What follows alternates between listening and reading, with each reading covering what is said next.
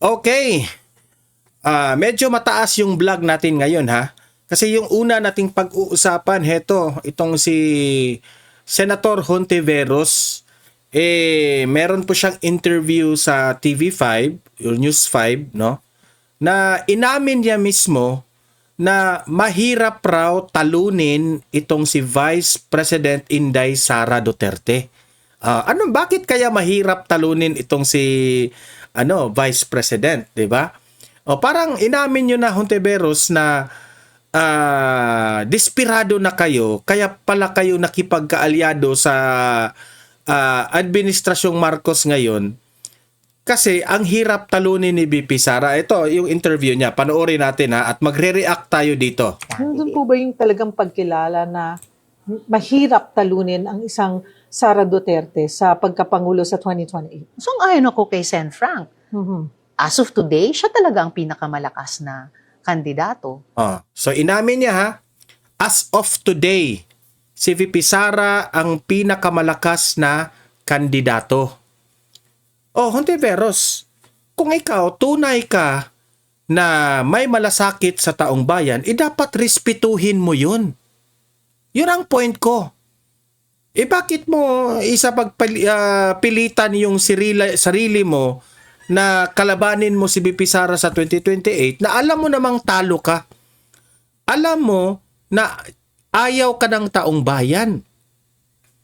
Wala pong trust ang taong bayan sa iyo. Isinusuka ka ng taong bayan. Bakit may pagpilitan na alam mong talo ka na kay VP Sara? Kaming taong bayan, gusto namin si VP Sara. It's not basta lang kay gusto namin si VP Sara. Hindi naman yun ganun. Ginusto namin si VP Sara kasi nakikita namin ang kanyang serbisyo ay talagang matapang, tunay, at siya lamang ang nakakaintindi sa aming mga mahihirap. Hindi lang sa mga mahihirap. Lahat na siguro ng mayaman o middle class, maganda po ang ipinakita ni VP Sara. Hindi siya plastic. Isa na doon yung kanyang tatay na isinusulong na kailangan po tayong magkaroon ng malinis na governance. Alam naman natin ano nangyari ngayon sa Administrasyong Marcos. Sobrang dumi ang gobyerno ni Marcos. Ang daming laganap na korupsyon. Ang daming magnanakaw na government officials, ma-congressman mayan. Diba? Naniniwala kami na si VP Sara lang po ang makatigil ng korupsyon na yan. Kasi itong bangag na administrasyon na ito, hindi niya kayang pigilan yung korupsyon na yan. Kasi isa na rin sa mga kaalyado nila ang nagsabi na mismo ang presidente ay nagnakaw rin. Ang asawa nagnakaw rin. Ang anak nagnakaw rin. Ang pinsan nagnakaw rin. Di umano, ang sabi ng kaalyado nilang si Zaldico. So, whether it's true or not, syempre, masisira talaga ang trust namin dito sa pamilyang ito. Tapos ikaw, makipag-align ka sa administrasyon, mas lalo kang matatalo. Diba? So, respetuhin nyo, Hontiveros, kung sino ang gusto naming maging presidente. Yan ang point namin. Huwag mo nang pilitan yung sarili mo na talunin mo si VP Sara. Respect the sacred decision of the Filipino people, di ba? Mamaya may ipapakita ako sa inyo na dahil dito, no, meron ng mga kakamping na mga nagagalit sa kanya. May video ako ipapakita mamaya na naggalit na rin sa mga kainsuka na ginagawa nila. Kinakain nila ang sarili nilang sinuka di ba? Ito pa, panoorin pa natin. So, kung pipili kami ng kandidato sa hanay namin at mag-unite kami sa kanya, imagine that one. Mag-unite kami sa kanya. Ang pinatutungkulan niya dyan, si Marcos. Makipag-unite raw sila. Grabe sa. Ganyan sila. Ganyan talaga sila ka-desperado at galit sa mga Duterte. kailangan maging kasing lakas nung kandidatong iyon at kalaunan maging mas malakas sa kandidatong iyon. Alam mo, Hintiveros, dahil dyan, no, ang daming mga kakamping na dismayado. Napapatunayan ng mga kakamping na talagang wala kayong prinsipyo. Wala kayong prinsipyo. Sinabi niyo pa, never again to Marcos. Magnanakaw. Yan ang sabi ng mga mga kulto ninyo noon. Di ba? Yan ang sabi nila. Pero ngayon, makig-unite na. Oh, sis. Di ba? Prinsipyo ba yan ng matino na senador? Ewan ko na lang. Kung ngayon ang eleksyon, VP Sara for President, and since wala pa kayong candidate, opposition na lang, kung sino man yung Oo. bakit mas dapat kayo ang piliin over her? Ano ang meron inilalatag ngayon ng opposition, maipapangako ng opposition sa sambayan ng Pilipino? I think yung maipapangako ng isang united opposition candidate is something new, something better. So, hindi So, ibig mong sabihin, kung ikaw yung ibotong presidente, something new ka? Something better? Are you sure? Are you sure na mas better ka pa kay VP Sara? Ano bang nagawa mong batas? Ano bang nagawa? Ika nga, sabi ni Tatay Digong, di ba, nung nagkaharap kayo, hindi ka naging mayor. Hindi ka naging presidente, Hontiveros, kaya hindi mo maintindihan ang problema ng Pilipinas. Di ba? Oh. Tapos may lakas ng loob ka pang sasabihin na something better ka kay VP Sara. Yak! Pweh! ulit sa isang nakaraan na nasubukan na natin, kundi something different and better. Kasi dapat naman Something different and better. Tingnan nyo, ha. Tinanong siya ng itong news anchor na ano ang ikabubuga mo na ikaw yung karapat-dapat iboto na sa isang kontra ng number 1 na BCBP Sara. Why do the people will realize na ikaw yung dapat iboto? Sabi niya, something different lang. Wala ka man lang sasabihin na kung ako ang maging pangulo, ito yung gagawin ko, ito yung ang sagot niya, general lang. Something different. Something better. Bago ka magsabi ng ganyan, Hontiveros, i-prove mo muna. Yung may nagawa mo na. Di ba? Ganyan naman ang hinahanap ng taong bayan eh. Ano ba yung nagawa mo noon kahit sa maliit na paraan, no? Na i-apply ko ito sa buong bansa, sa buong Pilipinas. Ganon eh. Like for example, si Tatay Digong doon sa Davao, no? Kung maalala po natin, ilan na ang mga nagdaang presidente sa Pilipinas, sobrang talamak po ang yung droga sa Pilipinas. At dahil talamak ang droga sa Pilipinas, talagang dumarami rin ang mga krimen. Maraming mga batang inabuso. Marami pong mga ginurgur na mga inosenteng tao na ayaw yan ni Duterte. So ang ginawa ni Duterte doon sa Davao, sinisigurado niya na safe ang Davao. Okay? So nagtagumpay si Duterte na naging safe ang Davao sa kanyang programa, sa kanyang political will. Mayor pa siya noon, ha? Ngayon, nung tinanong si Duterte na bakit ikaw ang dapat iboto sa Pilipinas? Tinanong siya noon, ha? Si former President Duterte, ang sabi niya, kung ano yung ginawa ko sa Davao, gawin ko yan sa buong bansa, sa whole Philippines. Gawin niya. Kung safe ang Davao, safe ang magiging layunin ko sa pagtakbo ko sa pagiging presidente sa Pilipinas. At nagawa yun ni former President Duterte. Dati noon sa Maynila, alam mo naman, talamak ang mga snatching dyan. Dami. Sus, ayoko na makipagtalo na. Ang dami nang nagsasabi sa akin dyan. Every time pupunta ako ng Maynila. So, ikaw, Hontiveros, kung sasabihin mo na, kasi different, I will make, I'm different. I'm better. Sa anong paraan? Wala ka mang ginawa. Ano ba ang tumatak sa isipan ng taong bayan na nagawa mo na nasatisfy kami? Wala naman Di ba? Wala. So, wag mo nang pagpilitan ang sarili mo, Hontiveros, na ikaw ay tatakbo. Siguro sa pagsulong sa kinabukasan, oo, maging bukas tayo, panatilihin ang mga mabubuti mula sa nakaraan. Yan ang mga politician. Ito, alam mo ba, Hontiveros, bakit hindi ka mananalo? Kasi ikaw yung mga the old style politician. Yan bang kapag tatanungin anong gagawin mo, sasabihin lang yung general ba? Di kagaya ni Duterte noon. Bakit iboboto ka namin? Eto yung gagawin ko. Ganun. Lahat ng mga jadek yan, ubos yan. Ganun, Dritso. Ikaw, general. Ano yan? Pambubudol part 2?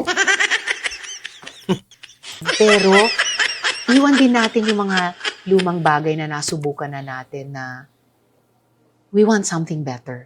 At yun yung... We want something better. Halatang halata, guys, kung ito mapresidente ito.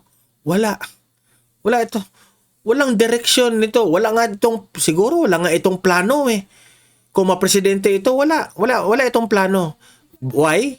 No? Hindi kagaya ni Duterte na kung mapresidente siya, may plano na si Duterte, anong gagawin niya?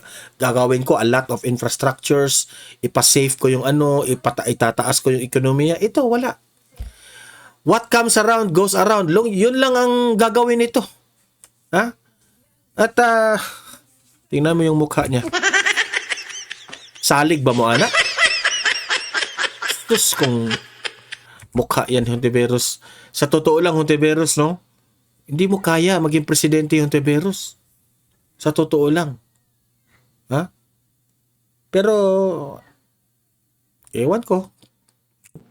Yun yung ika-craft ng oposisyon. Ano yung something new, something different, something much better than we have experienced. Di ba? Paulit-ulit na. Something new, something better. Wala. Puros yan, sariling interest lang ang gagawin yan, mga presidente niyan. In the past. Yung may tunay na compassion, malasakit. Importante. Sa bansa. Tinuruan ka pa ng news anchor. Kasi, paulit-ulit Walang direksyon. Hindi pa siya sigurado kung maging presidente siya, hindi pa siya sigurado kung ano yung plataforma niya. Yung pagmamalasakit sa bawat kababayan. Yun lang, general.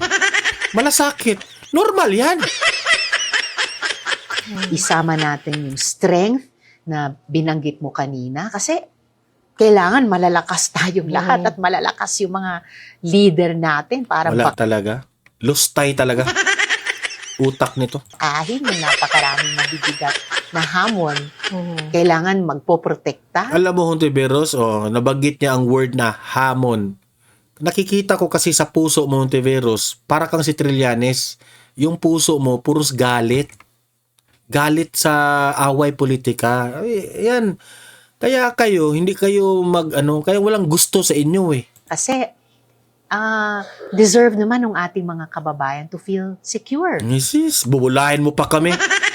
Huwag mo bubulahin na ganyan. Wag kang magpasipsip ng mga storya-storya diyan, Hontiveros, no? Magpakita ka ng action, wag puro istorya. To feel safe. And, ayun, something better para mapalakas pa rin yung pag-asa natin. Poprotektahan mo ba kami? Oo naman. Ayun. Bilang naman. Siya ang ito na si Cheryl ang poprotektahan mo ba kami? Tinuruan ka pa kasi wala kang binanggit Puro general. Siguro itong news anchor na ito, na-realize niya na yung panahon ni Duterte na poprotektahan kami. Di ba? So, syempre, tinanong niya, poprotektahan mo ba kami? Kasi feeling siguro ni Cheryl ngayon na sa administrasyong Marcos, wala eh. Wala talaga. Kababayan Ayun, pa oh. lang. Oo, poprotektahan Oh, let's, ko kayo. Protektahan ko kayo. Kasi hindi. Wala talaga. Walang direction ang kanilang plataforma kung sila ang maging Pangulo ng Pilipinas. Until now, hindi nga nila alam kung sino ang patatakbuhin nila. Wala pa silang clear candidate. Ay nako, ewan ko na lang. Ito. Pag-usapan rin natin, si Hontiveros pa rin, no? Handa na, tinanong siya kung handa ka na bang tumakbo sa 2028. Ito. Ito yung sagot niya. handa ka ba tumakbo sa pagkapangulo sa 2028? I think isa ako sa oposisyon na hinahanda ang sarili. I think, ha? Kunin mo yung word na I think. I think ako ang isa sa mga maghahanda. Hindi ka handa. Kasi I think eh. Hindi mo pa alam eh. Hindi ka handa. Huwag mo sabing handa ka na. Huwag kang tumakbo, hindi ka handa. Kailangan maghanda. First priority, pagkaisahin, i-unify, i-unite. Yang sinabi mong unite, ginawa na yan nila BP Sara at ni BBM. Kung kayong dalawa mag-unite ni BBM, good luck. Away na naman yan. And kasabay nun, and second priority, kailangan ako at bawat isa sa amin maghanda. Gagamitin mo lang ang mga loyalista. Gusto mong i-unite ang loyalista at yung kakamping. Gagamitin mo si BBM. Isa rin itong manggagamit eh. Alam mo ba kung bakit? Kasi hindi nila matalo-talo si BP Sara. So gagamitin nila si Bongbong Marcos. Gagamitin nila yung mga supporters ni Bongbong Marcos para manalo sila. Ang tanong, tama ba yun? Sa tingin ko hindi tama. Ito ay ipapaliwanag ko sa inyo. Hontiveros, kung sa tingin mo dadami ang boto mo dahil makipag-unite ka sa mga loyalista, nagkakamali ka dyan. Kasi merong mga loyalista na ayaw sa inyo. At yung kakamping naman, mababawasan ang suporta ninyo. Kasi marami ring mga kakamping na ayaw nila na makipagkaalyado ka kay BBM. Kaya nga sinabi ko, wrong move yung ginawa mo eh. Di ka mananalo dyan. Alam mo ba kung bakit? Meron ako ipapakita mamaya na isang kakamping nagalit na. Dahil ang sinabi natin, sabi niya, ang sinabi natin noon, never again to Marcos magnanakaw. Bakit ngayon? Makipagkaalyado na tayo? So kakainin na lang ba natin ang ating prinsipyo? Ganon eh, di ba?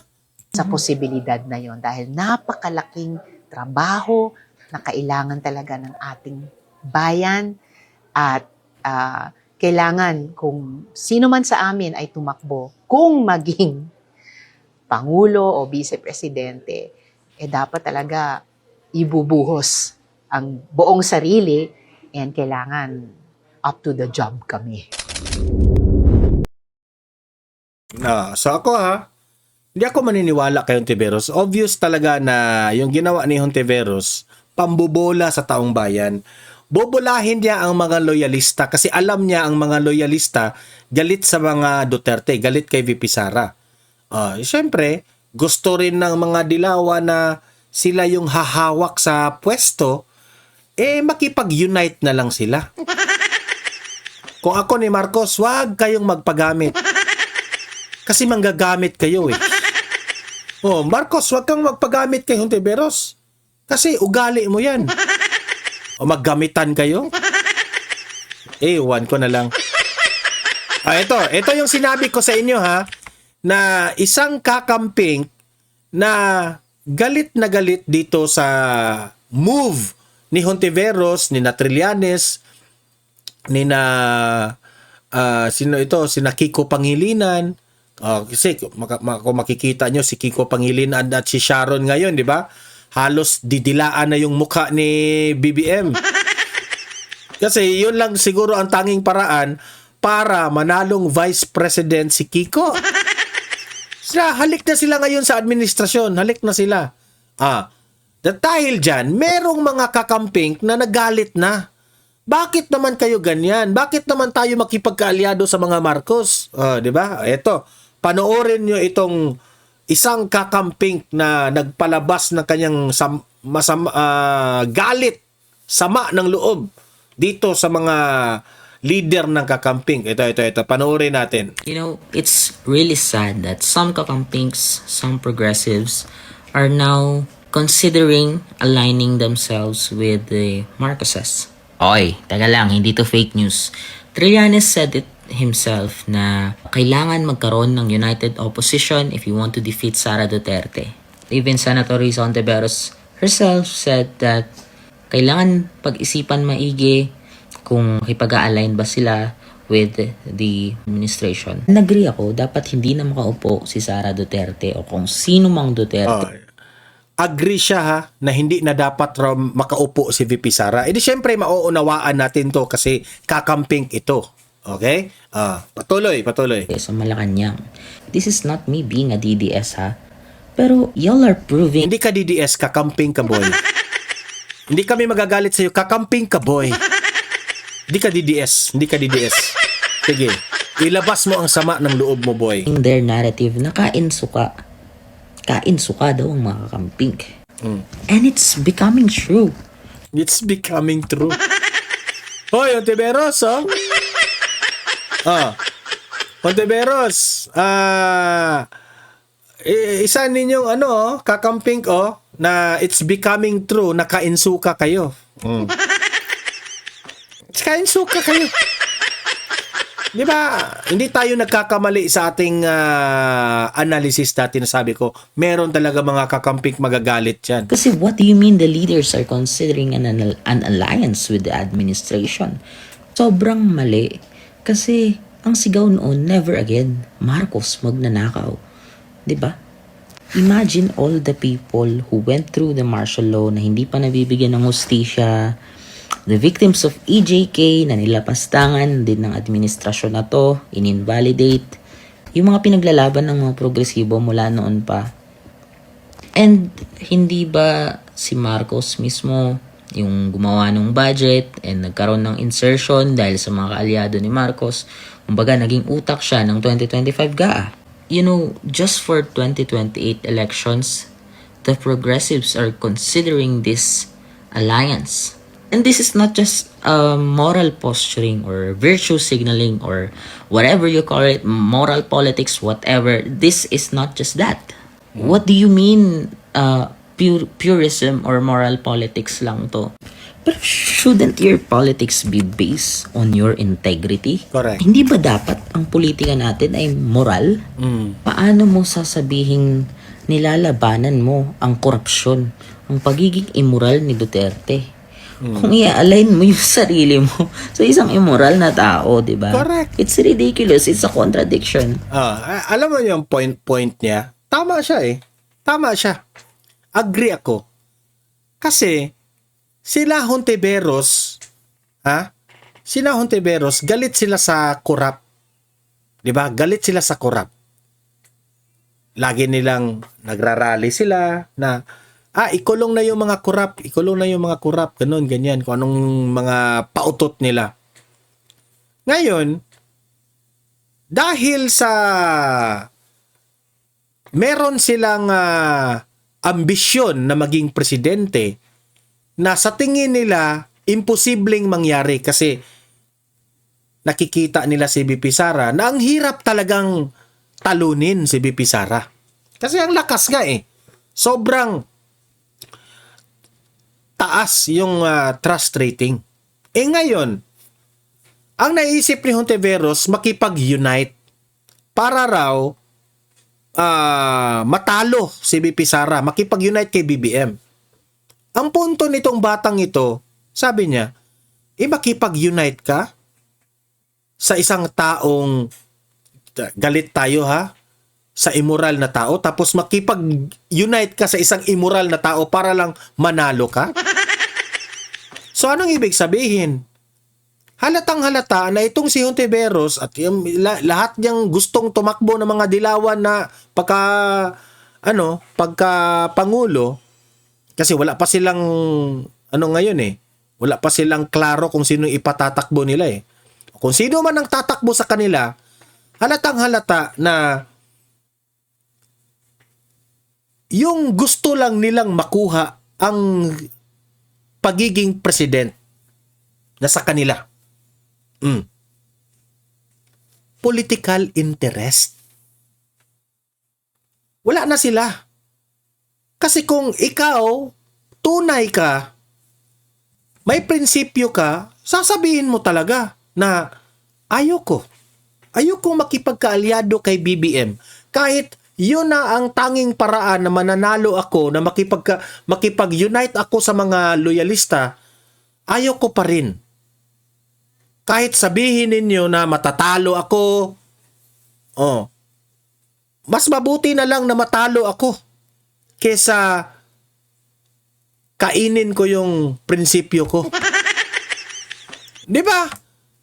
Never again. Magnanakaw. Ngayon, gagamitin mo ang isang magnanakaw para manalo ka? Nasaan ang... Matino pa ba yung isip natin kung ganyan? Yan ba ang dapat iboto natin? Di ba?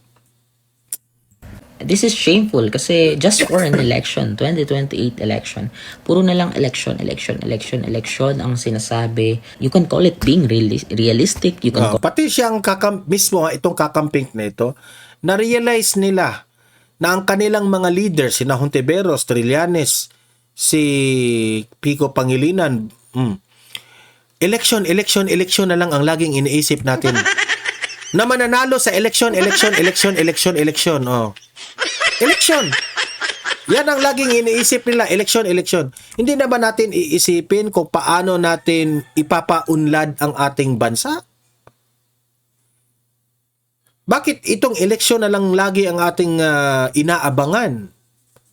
Pinagplanuhan. 'Di ba? Si Hontiveros, very early. Eleksyon na kaagad ang hinahanda. Kung ako pa sa'yo, Hontiveros, huwag kang mag-isip ng eleksyon. Kung tunay kang magaling kang tao ka, sana inuna mo sana kung ano yung ikakabuti ng bansang ito. Ano ba yung mga bagay na gawin ko na relevant sa mga taong bayan na gaganda ang kanilang mga buhay. Ganon. Iwala eh. Ang purpose ni Hontiveros, manalo ako. Ha? Ang hirap talunin ni BP Sara, gagawa ako ng paraan na manalo ako. Hindi yun ganon, Hontiveros. Kung gusto kang manalo, Hontiveros, you start from your doings. Ano yung ginagawa mong maganda para sa taong bayan? Magre-resulta yan. Ang mali ninyo, pinoproblema nyo kung paano manalo. Yan ang problema ninyo. Yan ang mali ninyo. Pinoproblema ninyo kung paano kayo manalo. Hindi. Ang gagawin nyo lang, Hontiveros, problemahin nyo paano masolve ang problema ng Pilipinas. Yon ang problemahin ninyo. Taong bayan na, kusang loob na ng taong bayan sasabihin, iboboto ko itong si Hontiveros kasi magaling ito, nakakatulong ito sa amin. Ganon. Hindi yung puros ka ng ano ba yung strategy natin na manalo tayo? Look at VP Sara. Anong sabi niya? May 2028 pa ba? Tinanong si VP Sara. VP Sara, ano yung paghahanda mo sa 2028 election? Alam nyo ba kung anong sabi ni VP Sara? May 2028 election pa ba? Yung nakaupo ngayon, bababa pa ba yan? May plano pa ba yung bababa yan? Baka magaya lang ng tatay niya. Di ba yun ang sinabi ni BP Sara? Patuloy. Call it compromise, you can call it real politic, but you can never claim that it's good governance. Because good governance doesn't come from someone who is corrupt and doesn't come from people who align themselves with corrupt politicians. Di ba? Galit siya. Bakit ka makipag-align ni BBM na corrupt daw si BBM? Tama naman. Tama naman siya eh. Di ba? Tama naman siya. Siyempre, kakamping ito, nagalit siya kay Ontiveros. Kaya kung ang sigaw natin ay accountability, lahat ng sangkot dapat panagutin. It's time we go beyond elections. Ilang election Alam mo, boy, no? Ikaw mismo ngayon, na-realize mo na yung leader ninyo, ng mga kakamping, wala. Political interest lang. Ikaw, ano ka na? You might as well think ngayon, dapat pa bang suportahan yung mga kakamping na yan? Kung ako pa sa'yo, boy, pumunta ka na sa DDS. na tayo. Walang nangyayari. Nasa-stuck tayo sa ganitong cycle dahil sa ganitong estilo ng politika. Actually, tama siya. Lesser evil. Tama siya, di ba? Kasi,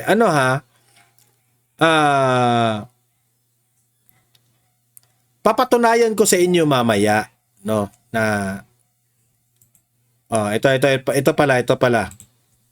Pag-usapan natin itong, tinatanong si,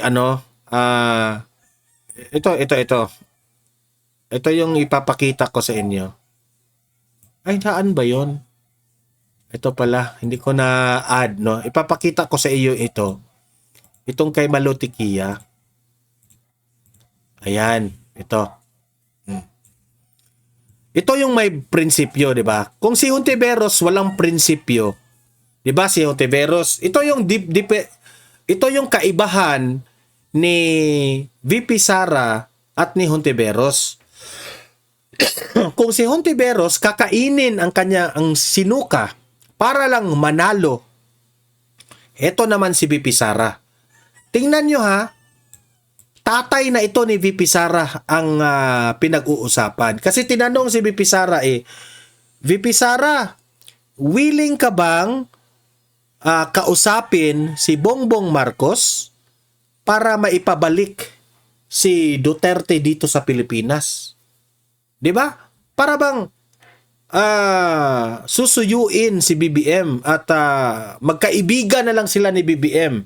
Kaibiganin niya si BBM, tapos sasabihin niya, BBM, kaibigan na tayo, yung tatay ko ibalik na natin sa Pilipinas. Parang ganun, no? Tinanong siya, willing ka bang ganun, BP Sara?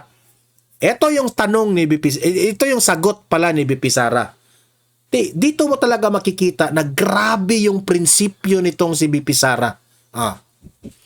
VP Inday Sara Duterte, hindi ko kakausapin si BBM para kay dating Pangulong Duterte. Imagine that one, tatay na yan.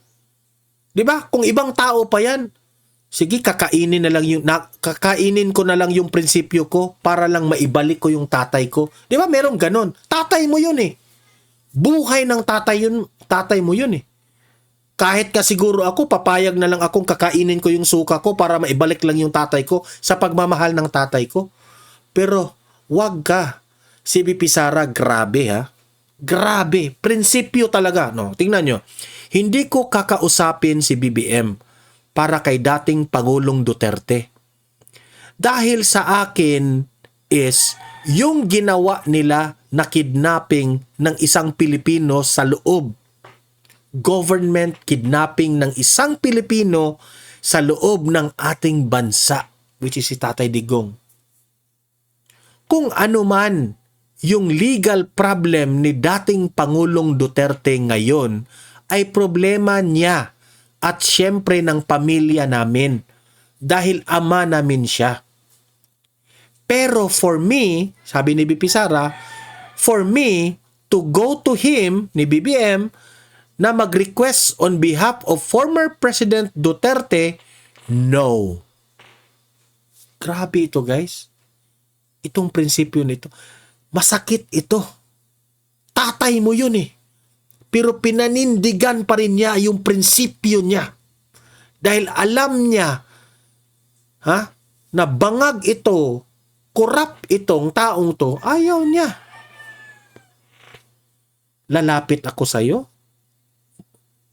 Magkaibigan tayo para babalik yung tatay ko? No. Masakit yung ginawa ninyo sa tatay ko. Sabi ni BP Sara, dignidad at prinsipyo. Yan ang wala sa mga taong nasa gobyerno ngayon. Tama talaga. Tama. Ontiveros, wala kang prinsipyo. Ontiveros, wala kang dignidad.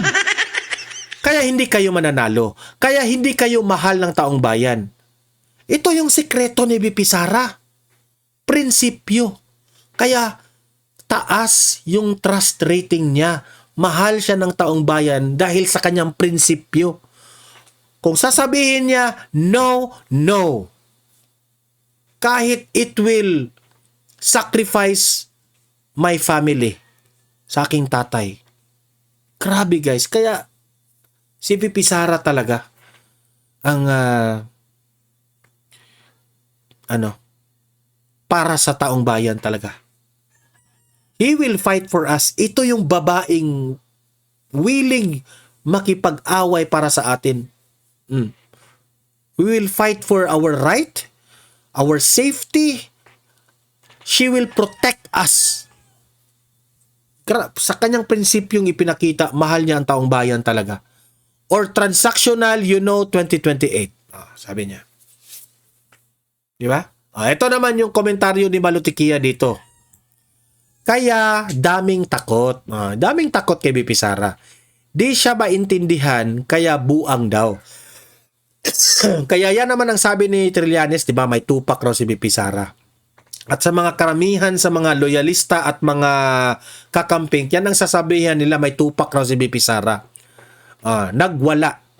Kung galit, galit. Hindi plastic si BP Sara, galit, galit.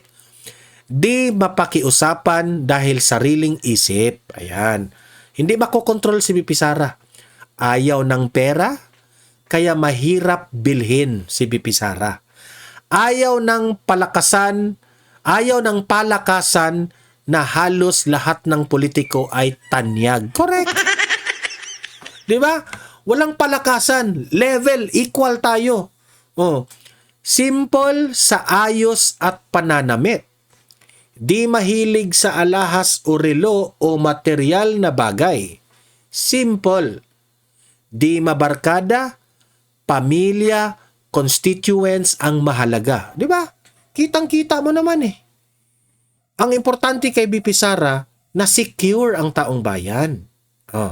Higit sa lahat, gusto lang magtrabaho at ayusin ang problema ng bansa. No wonder na si Senator Bongo ganito rin. Trabaho lang ng trabaho. Kaya sila taas ang rating nila. Yan ang sikreto ng mga Duterte eh. Na hanggang ngayon hindi makukuha ng mga dilaw at mga loyalista. Si BBM nanalo lang naman yan dahil kay BP Sara eh. 'Di ba? Hontiveros, ito yung gawin mo. 'Di ba? Ito yung tamang gawin mo, Hontiveros.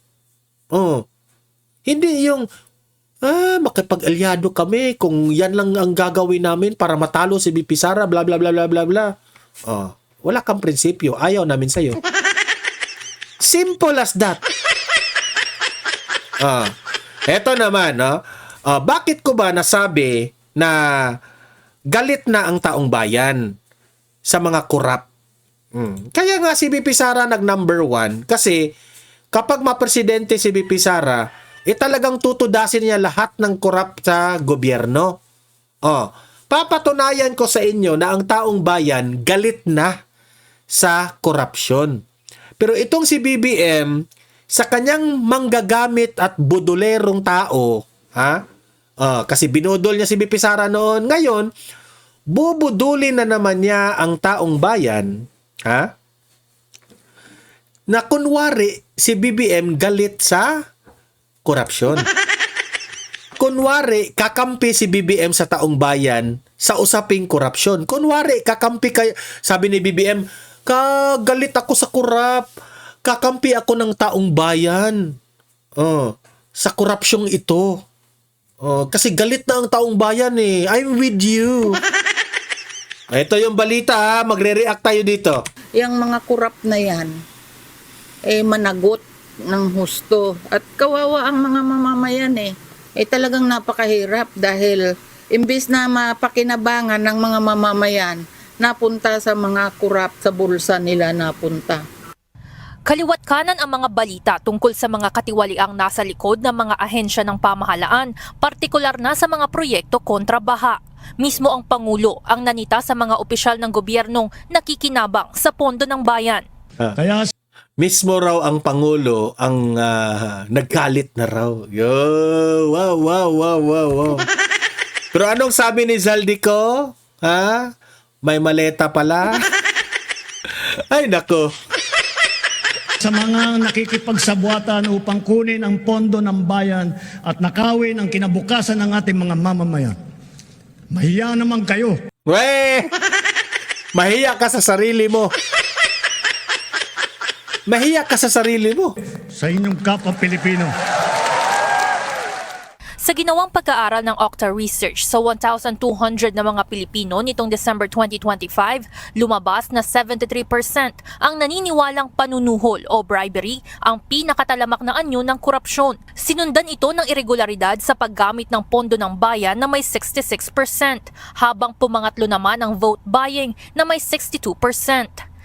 No, don't you know na ang vote buying is a form of a corruption also? Ayon si Tatay Dante, isang magtitinda sa Quezon City sa resulta ng survey. Anya, hindi Ayan hindi ba kayo nahiya dyan, mga congressman? Ayan si Mamang Kuya lumalaban ng patas. Ha? Di kayo nahiya. Lumalaban ng patas sa araw-araw na pamumuhay. Kayo, isang deal lang sa contractor. Yaman na ninyo, di ba? na raw siya nagulat dahil tugma ito sa madalas niyang marinig sa balita, kasabay ng mga isinasagawang investigasyon ngayon ng pamahalaan. May isang survey ito survey ito na galit na yung taong bayan sa corruption. Puro bayaran suhol. Kasi Kung tatanungin nyo yan, Duterte yan. suhol yan, walang binayaran sa mga yan, may magsasalita dyan Kaso wala. Siguro, malalaki siguro ang binigay, kaya tahimik. Para kay Nanay Lourdes, dapat mas paigtingin ng mga otoridad ang mga hakbang para matigil na ang mga ganitong pang-aabuso sa kapangyarihan na patuloy na nagpapahirap sa mga Pilipino. Dapat, yung mga opisyal na yan na nasangkot sa mga kurap na yan, pagbayaran nila para tumino ang ating pamahalaan. Kinomisyon mismo ng Office of the Ombudsman ang survey upang maging batayan sa pagpapatupad ng mga hakbang bilang isang independent body na nag-iimbestiga at nagkakaso sa mga opisyal ng gobyernong sangkot sa katiwalian. Ayon kay Assistant Ombudsman Miko Clavano, bubuhayin muli nila ang mga resident ombudsman na magsisilbing partikular na watchdog sa government agencies na madaling kapitan ng korupsyon. The immediate response of the office is to reactivate the Resident Ombudsman Program. This program essentially allows the Office of the Ombudsman to assign resident ombudsmen in vulnerable agencies where they will work on-site to serve as the repository of complaints as well as be the chief implementers of the programs instituted by the office. Bagamat hindi pa pinal ang lahat ng mga kagawarang lalagyan nito, Ito ba? Itong survey na ito raw, halatang halata na ang halos majority of the Filipino people is pagod na sa korupsyon. Galit na galit sa nangyaring korupsyon. Kung i-analyze mo, sino ang number one ngayon na gusto ng taong bayan na maging presidente? Di ba? Si VP Sara. siya yung pinaka number 1 sa trust rating at number 1 na gustong maging presidente ng taong bayan, si VP Sara. Tapos, ito yung survey na galit sa korupsyon. E di syempre, itong mga tao na galit sa korupsyon, ito rin yung mga taong gustong maging presidente si VP Sara. Yun ang analysis ko dyan, ha? So, in order for us na ma-solve ang problema natin sa korupsyon, palitan natin ang presidente. Yun lang ang tanging paraan. Di ba? Kapag si BBM hindi na presidente, kapag si VP Sara na ang maging presidente, ubos yung korupsyon lahat na yan. Yan ang solusyon. Yung Dilawan, maging presidente, makipagkaalyado nga. Ha? Nagalit na nga yung isang kakamping na bakit kayo makipagkaalyado sa isang magnanakaw? Dati sabi natin, never again, magnanakaw. Nakipagkaalyado tayo, di ba? Hindi sila, actually, ang mga kakamping, in fairness to them, hindi sila nagkakamali. Never again to magnanakaw. Hindi sila nagkakamali, nagkatotoo. Di ba? Nagkatotoo. Tapos ngayon, si Hontiveros makipagkaalyado. Wow! Nahinaan niya ang mga national agencies gaya ng Bureau of Customs, Bureau of Internal Revenue o BIR at Department of Public Works and Highways o DPWH. Upang mapanatili ang professionalism at maiwasan ng familiarity, magkakaroon naman ng rotation sa deployment ng mga resident ombudsman sa bawat ahensya. Ayon pa kay Clavano, mas palalakasin nila ang pakikipag-ugnayan sa Anti-Red Tape Authority o ARTA at sa Department of Interior and Local Government o DILG para sa mga ganitong hakbang. Magtutuloy-tuloy din ang pagkukomisyon sa iba pang mga survey para gawing batayan sa mga susunod pang reforma sa tanggapan. Evan Alvarez, UNC. So, wala na.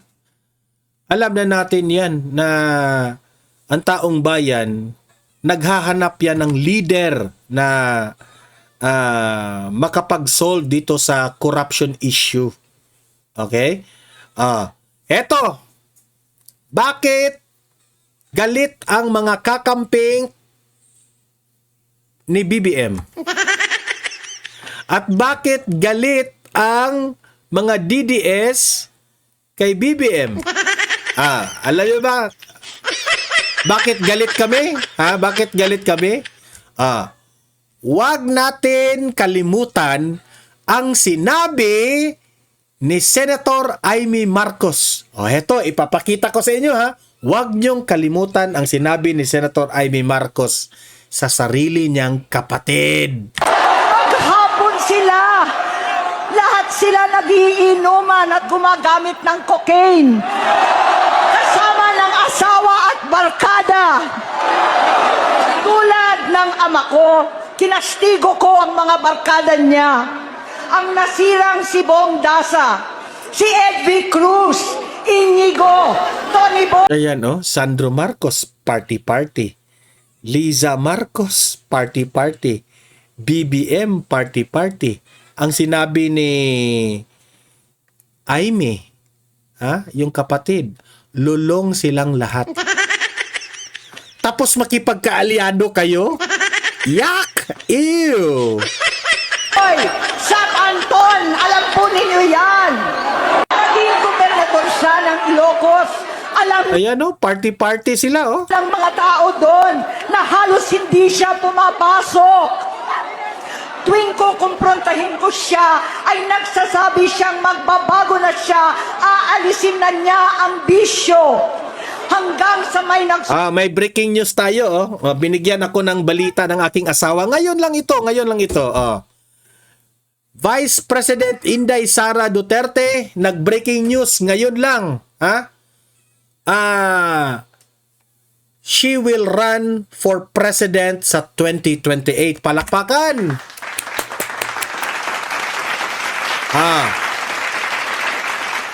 Papanoorin natin yan lahat mamaya sa second video ko. Breaking news lang yun na pinaalam ng asawa ko. tumbong na naman sa akin na sa paggising pa lang sa umaga, kasabay ng almusal, marijuana pala.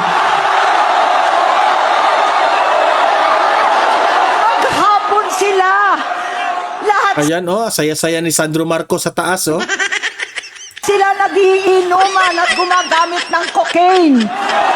Kasama ng asawa at barkada. Tulad ng ama ko, kinastigo ko ang mga barkada niya.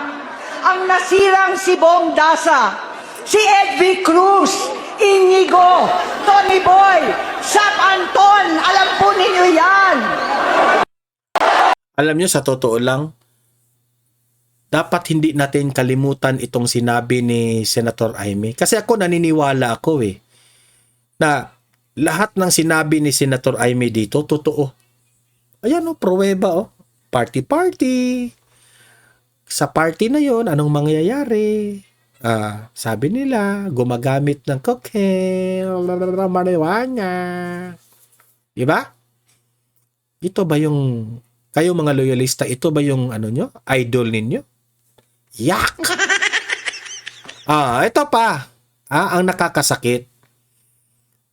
Para maiiwasan natin na magkaroon tayo ng presidente na ganito, congressman o kung ano man, itong si Congressman Paulo Polong Duterte, pumasa ng batas na dapat lahat ng government officials will undergo drug testing.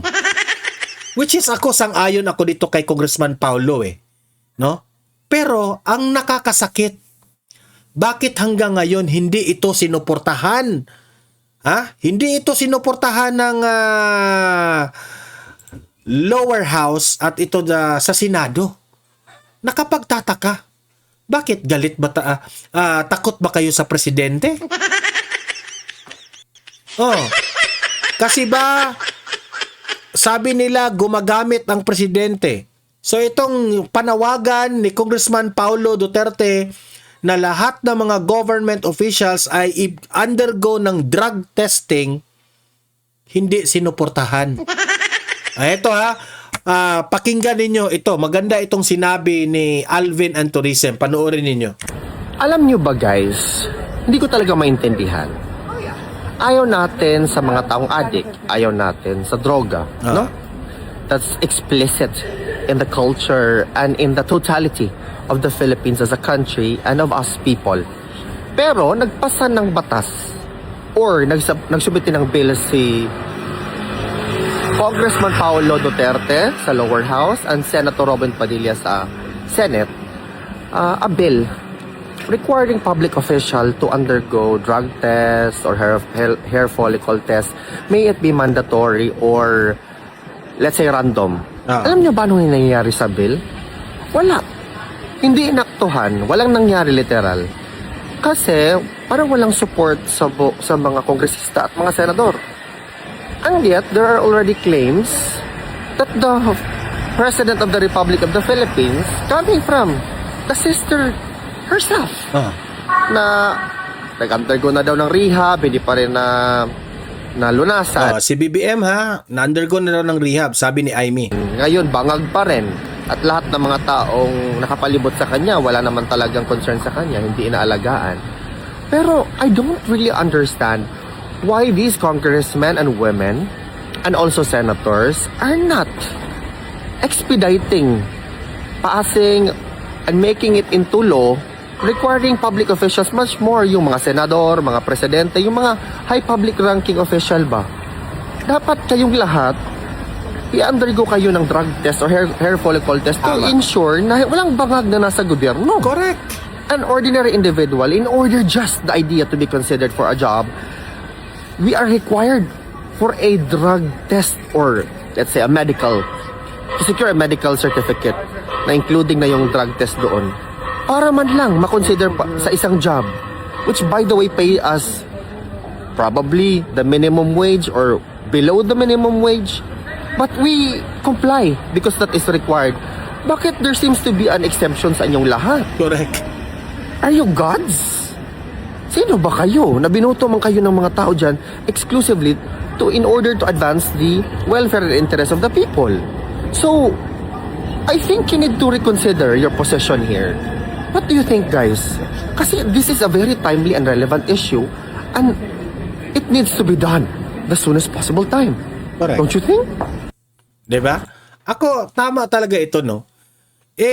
Yung batas na gustong ipasa ni Congressman Paulo Pulong Duterte, hindi naman yun basta kaya nakapasa lang siya ng batas. May purpose yan. Akala ko ba, tayong lahat ayaw natin sa bangag. Ayaw natin ng adik. E di syempre, ayaw natin na magkaroon ng government officials na bangag. Bakit hindi nyo sinuportahan ito? Nakakatakot po na ang isang government officials bangag yung utak. Nakakatakot yan.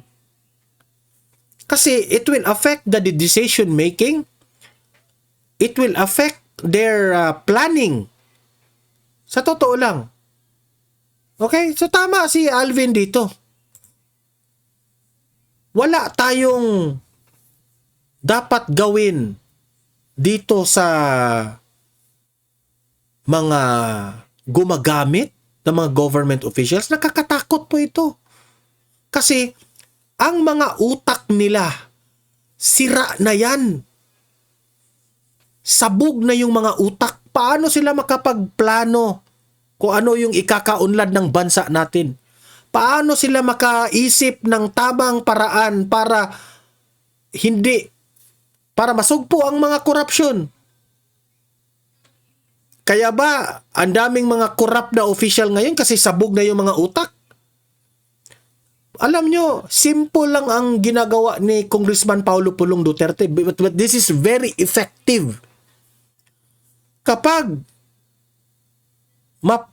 maaprubahan yung bill na yan, na lahat ng mga government officials ay ipa-drug test natin, di syempre, maiiwasan na natin. Wala nang jadik sa gobyernong ito. Sa ganon, lahat magiging matino talaga. Mag-iingat talaga. Tama naman eh. I will give you an example.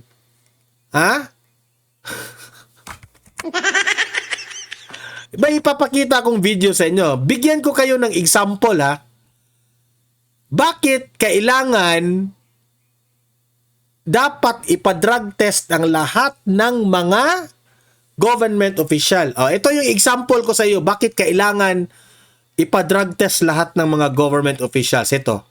Tingnan nyo. Bakit may tupak na yung utak ng iba?